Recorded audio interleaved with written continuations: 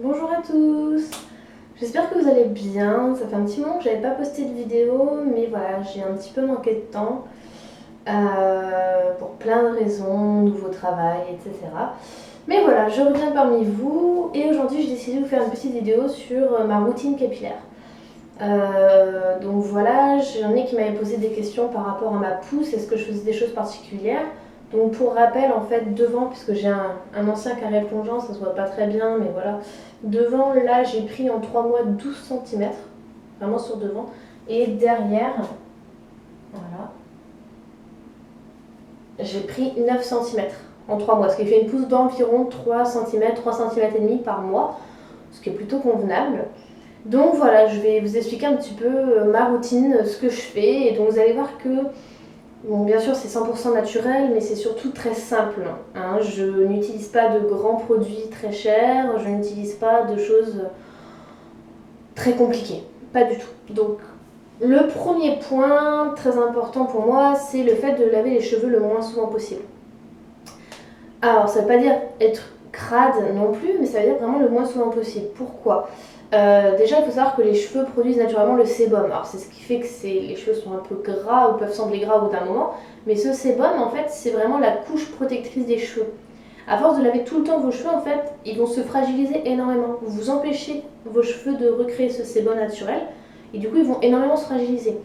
Donc, moi, je sais que personnellement, normalement, mes cheveux tiennent une semaine. Donc, c'est entre 7 et 8 jours selon mes activités. Un peu moins quand je fais du sport, par exemple.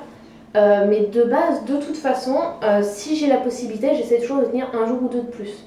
C'est-à-dire que quand il commence à devenir un peu gras au niveau des racines, mais que ça reste supportable, en fait, ce que je fais, c'est que je les tire. Bon, là, je vais pas bien le faire, mais voilà, je les tire vraiment, je les plaque en arrière bien comme il faut, et je fais ou un petit chignon, ou je mets un headband, quelque chose qui fait que ça ne se voit pas du tout. Pourtant, je travaille dans un milieu où il faut que je sois à peu près tirée à 4 épingles, et ça me permet de tenir un jour ou deux de plus. Sachant qu'une fois qu'il y a un peu de sébum qui commence à se faire, voilà, je brosse bien pour le répartir sur les cheveux, etc. Voilà, et puis il faut savoir aussi que les shampoings, en fait, dus au frottement, fragilisent beaucoup les cheveux et entraînent de la casse. Donc voilà, vraiment se laver les cheveux le moins possible, c'est vraiment la base du truc pour moi. Donc le minimum c'est 7-8 jours et le maximum c'est 9-10 jours. Voilà, j'essaye. Ça, c'est la base. Après, quand je les lave, c'est les produits. Voilà, les produits que j'utilise sont très très importants. C'est bien sûr des produits 100% naturels, avec rien dedans, et voilà, qui permettent au maximum de préserver le cheveu. Donc, j'utilise essentiellement 2 à 3 types de shampoings. Donc, j'avais déjà parlé du Helvetia Natura, hein. Donc voilà, que j'utilise beaucoup, beaucoup, toujours. Voilà, j'utilise également celui-ci. Alors ça, c'est pas le meilleur shampoing du siècle, mais c'est un shampoing qui coûte très peu cher en fait, que l'on trouve très facilement. Et moi, je sais que je m'en sers quand en dépannage, parce qu'il est clean en fait. La compo est clean, mais pas extraordinaire. Et par contre, voilà, il coûte vraiment très peu cher, donc en dépannage, c'est pas mal. Et puis j'utilise aussi, alors ça, voilà, ça c'est plus rare mais j'aime beaucoup. Donc ceux-ci, ce sont des shampoings solides. Vous voyez, celui-là est beaucoup utilisé. Celui-là c'est pour le volume, au rassoul. Et celui-là c'est beaucoup plus sensible pour les problèmes de démangeaison. Voilà. Donc ces shampoings, c'est pas moi qui les fais, ils viennent de l'Éco des savons. Donc c'est un artisan en fait savonnier qui fait ça. Donc c'est une jeune fille que j'avais rencontrée il y a quelques années maintenant et dont j'adore ses produits. Donc voilà, j'utilise les shampoings solides de chez elle, j'utilise aussi les savonnettes pour le corps. Et voilà, enfin les ingrédients sont tip top, la composition est extra et 100% naturel. Donc voilà, ça c'est... J'aime bien de temps en temps, pas tout le temps mais j'aime bien. Après, en termes de produits, vraiment, je fais parfois des après-shampoings, c'est rare. Je fais quand des fois j'ai les cheveux un petit peu poisseux ou vraiment que je sens que ça crisse un peu, mais j'en fais pas tout le temps. Quand j'en fais, j'utilise celui-ci. Donc j'en avais fait un article, c'est l'après-shampoing Sativa. Donc Sativa c'est pareil, c'est un artisan savonnier.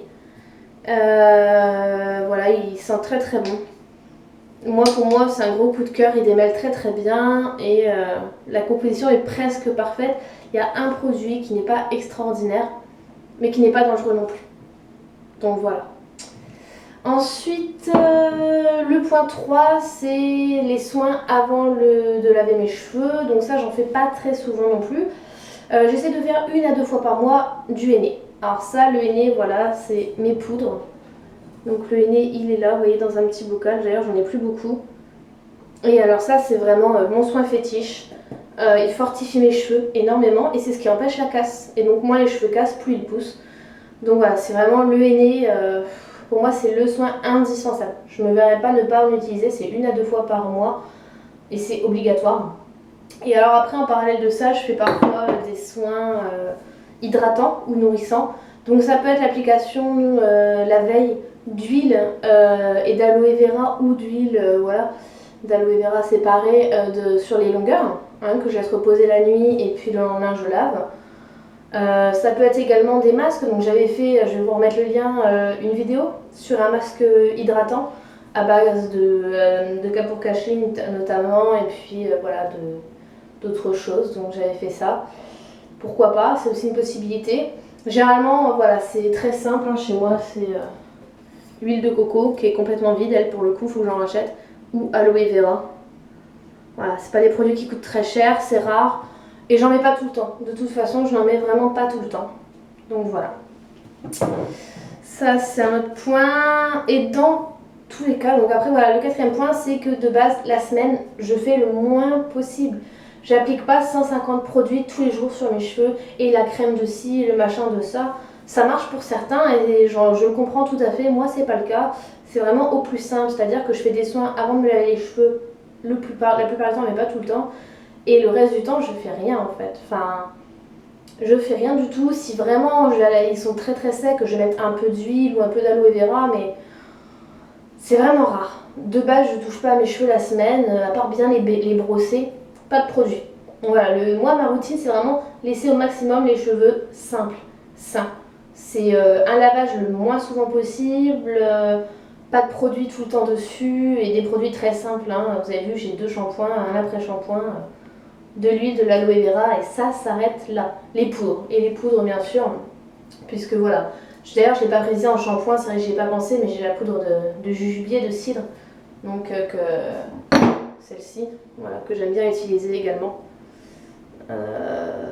C'est un lavage très doux, mais ça je l'utilise uniquement quand j'ai pas fait de masque justement. Donc voilà. Alors après, je fais également des coiffures protectrices pour la nuit. J'en fais pas tout le temps non plus. Voilà, généralement j'essaie au moins de m'attacher les cheveux, donc parfois en queue. Et sinon, je fais une coiffure, donc je vais vous mettre la photo toute simple. Hein, je monte les cheveux bien en hauteur, un chignon haut. Et voilà, tout simplement, c'est ma coiffure de la nuit. Je la fais pas tous les jours comme je vous l'ai dit, mais ça évite une fois encore la casse quand même. Et puis après, très important, c'est le démêlage. Donc mes cheveux sont démêlés 2, 3, 4, 5, 6 fois par jour s'il le faut. Et par contre, je n'utilise que des brosses en poil de sanglier, rien d'autre. Alors mon gros souci, c'est que je les emmène partout, je les laisse traîner tout le temps. Et donc comme vous pouvez le voir, et ben... mon chien a tendance à tomber dessus et vu que c'est du bois, il apprécie énormément. Mais bon, ça n'empêche pas, donc voilà, j'en ai 2. Celle-ci est ma préférée. Celle-ci est un peu plus douce, c'est vraiment pour lisser. Et voilà, je ne démêle qu'avec ça, vraiment, et éventuellement des peignes, un peigne en bois pour les gros nœuds. Sinon, il n'y a que ça. Que ça. Pas de brosse traditionnelle en plastique, pas de peigne en plastique. Voilà, j'ai ça là. Ça, c'est la brosse que ma fille utilise pour ses poupées. Enfin voilà, c'est... Non. Ça rentre pas chez moi parce que ça fait pour le coup des énormes casses. Et là, vous allez avoir plein de frisottis, plein de cheveux de partout. Et la pousse, c'est mort. Donc voilà, je pense que c'est très très simple hein, finalement. Comme vous pouvez le voir, c'est des produits simples qui coûtent pas très cher parce que comme j'ai déjà dit, j'ai pas un budget énorme. Puis même, enfin voilà, j'aime bien le naturel, la simplicité, ne pas surcharger les cheveux, ne pas en faire 3 tonnes et voilà, très simple, très très simple et voilà. Et ça marche bien hein, puisque bon, 12 presque, voilà, une moyenne de 10 cm de pouce en 3 mois, c'est quand même pas mal, je me plains pas. Donc voilà, j'espère que ça vous a plu, j'ai essayé de faire court. N'hésitez pas à vous abonner à ma chaîne et également au blog, hein, suivez le blog parce que des fois je pose des articles mais je les fais pas en vidéo. Donc voilà, n'hésitez pas, j'ai une page Facebook pour vous tenir au courant de toutes les actualités. Il y a juste à mettre un petit j'aime et puis voilà, c'est plus simple, vous trouverez tout en barre d'infos. N'hésitez pas à me suivre et puis je vous fais plein de bisous et je vous retrouve très prochainement pour une vidéo alimentation et peut-être une sport. Et pour l'instant c'est tout. Voilà. Je vous fais plein de bisous. À bientôt.